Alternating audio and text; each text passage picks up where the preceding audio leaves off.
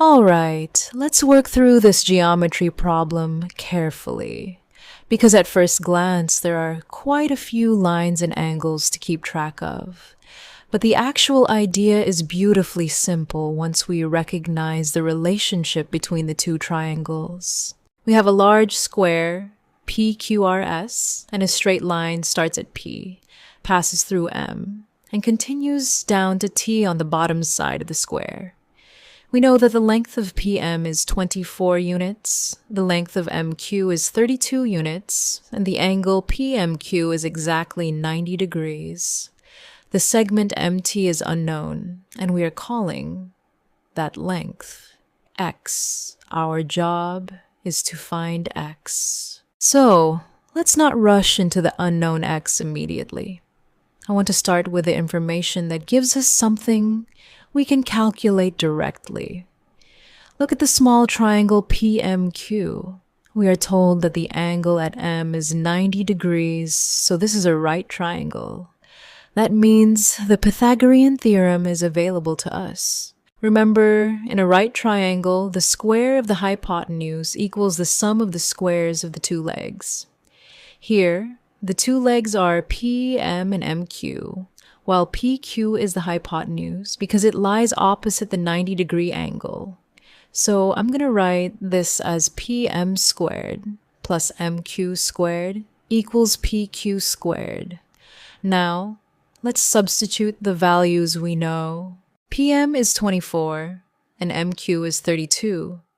So we get 24 squared plus 32 squared equals PQ squared. Let's calculate these carefully. 24 squared means 24, multiplied by 24, which gives us 576. 32 squared means 32 multiplied by 32, which gives us 1024. So the equation becomes 576 plus 1024 equals PQ squared. Now add those two numbers together. 576 plus 1024 gives us 1600. Therefore, PQ squared equals 1600. To find PQ itself, we take the square root of both sides. The square root of 1600 is 40, because 40 multiplied by 40 equals 1600. So we have PQ equals 40 units.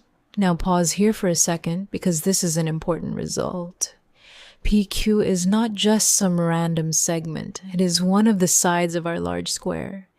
And in a square, all four sides have exactly the same length. So if PQ is 40, then the left side PS must also be 40. The bottom side SR must be 40. And the right side QR must be 40. In particular, the value we need right now is PS equals 40 units.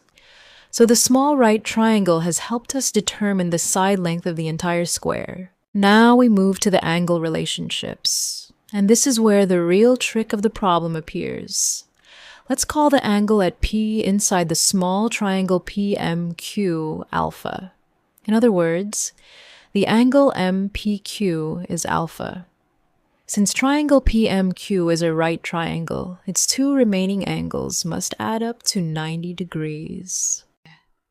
One of them is alpha, so the angle at Q must be 90 degrees minus alpha. In spoken form, we can say the angle MQP is 90 degrees minus alpha. Now I want you to look at the entire corner of the square at P. Every corner of a square is 90 degrees. That means the full angle SPQ is 90 degrees. But part of that 90-degree corner is already occupied by our angle alpha between PM and PQ. Therefore, the remaining angle between PS and PM must be 90 degrees minus alpha. So the angle SPT, since PM and T lie on the same straight line, is 90 degrees minus alpha. This is a very important observation, so take a moment to see what happened. We started with alpha in the small triangle, and because the square corner is 90 degrees, the angle in the larger triangle becomes 90 degrees minus alpha. Now, let's look at the large triangle PST. We already know that the angle at S is 90 degrees because PS is a side of the square and ST lies along the bottom side of the square. So, triangle PST is also a right triangle. At P, we just established that the angle is 90 degrees minus alpha. That means the only angle left, the angle at T, has to be alpha. Why? Because the three angles of any triangle add up to 180 degrees. So if one angle is 90 degrees and another is 90 degrees minus alpha, their sum is 180 degrees minus alpha. The remaining angle must therefore be alpha. And now we have discovered the hidden connection. The small triangle PMQ has angles alpha, 90 degrees minus alpha, and 90 degrees. The large triangle PST also has angles alpha, 90 degrees, minus alpha, and 90 degrees. Since the corresponding angles are equal, the two triangles are similar. This is the key step of the entire problem. If you enjoy these kinds of geometry puzzles where the main challenge is spotting the hidden similarity, you can support the channel by liking the video and subscribing, because these problems are all about recognizing the right connection rather than doing huge amounts of calculation. Now, once we know that the triangles are similar, we can compare corresponding sides, but we have to be careful here. We cannot just pair sides randomly. We need to match sides that are opposite corresponding angles. In the small triangle PMQ, the 90-degree angle is at M. In the large triangle PST, the 90-degree angle is at S. So, M corresponds to S.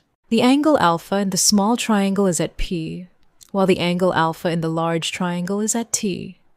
So P corresponds to T. That leaves Q in the small triangle corresponding to P in the large triangle. Therefore, the hypotenuse PQ of the small triangle corresponds to the hypotenuse PT of the large triangle. Also, the side MQ of the small triangle corresponds to PS of the large triangle. This gives us a useful proportion.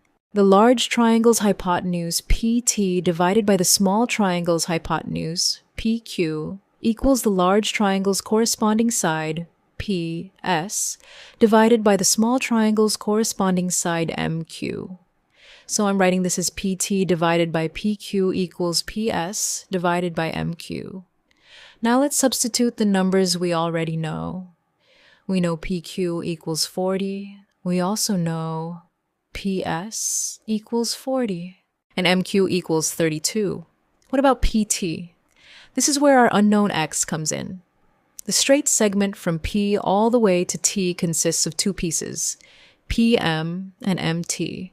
We know PM is 24 and MT is x. Therefore, PT equals 24 plus x. This is an important little step. We are not saying PT equals x. X is only the lower portion from M to T. The entire length from P to T has both pieces. So PT is 24 plus x. Now substitute everything into our similarity proportion. We get 24 plus x divided by 40 equals 40 divided by 32. Let's write that clearly. 24 plus x over 40 equals 40 over 32. Now we simplify the fraction on the right. 40 divided by 32 can be reduced because both numbers are divisible by 8. 40 divided by 8 is 5, and 32 divided by 8 is 4. So 40 over 32 becomes 5 over 4. Our equation is now 24 plus x divided by 40 equals 5 divided by 4. Next, we want to get rid of the denominator 40 on the left. So, we multiply both sides of the equation by 40. On the left, 40 multiplied by 24 plus x divided by 40 simply leaves us with 24 plus x, because the 40 cancels with the 40 in the denominator. On the right, we have 5 divided by 4 multiplied by 40. Since 40 divided by 4 is 10, we get 5 multiplied by 10, which is 50. So from the previous equation, we obtain 24 plus x equals 50. Now we are very close to the answer. We simply need to isolate x. Subtract 24 from both sides. On the left, 24 minus 24 disappears, leaving x. On the right, 50 minus 24 equals 26. Therefore, x equals 26. So the unknown segment MT is exactly 26 units long. Let's quickly review why this worked, because the numerical calculations themselves were actually quite straightforward. First, the small right triangle gave us the side of the square using the Pythagorean theorem. 24 squared plus 32 squared gave 1,600, and the square root gave us 40. Because the figure is a square, that immediately told us that PS is also 40. Then we used the 90-degree angles to uncover the angle relationship. If the small triangle has an angle alpha, its other acute angle is 90 degrees minus alpha. The 90-degree corner of the square then creates the complementary angle 90 degrees minus alpha in the larger triangle, forcing its final angle to be alpha. So the two triangles have the same 3 angles and are therefore similar. Once the similarity is established, the corresponding side ratio gives us 24 plus x over 40 equals 40 over 32. Simplifying 40 over 32 gives 5 over 4, and solving the resulting equation gives 24 plus x equals 50.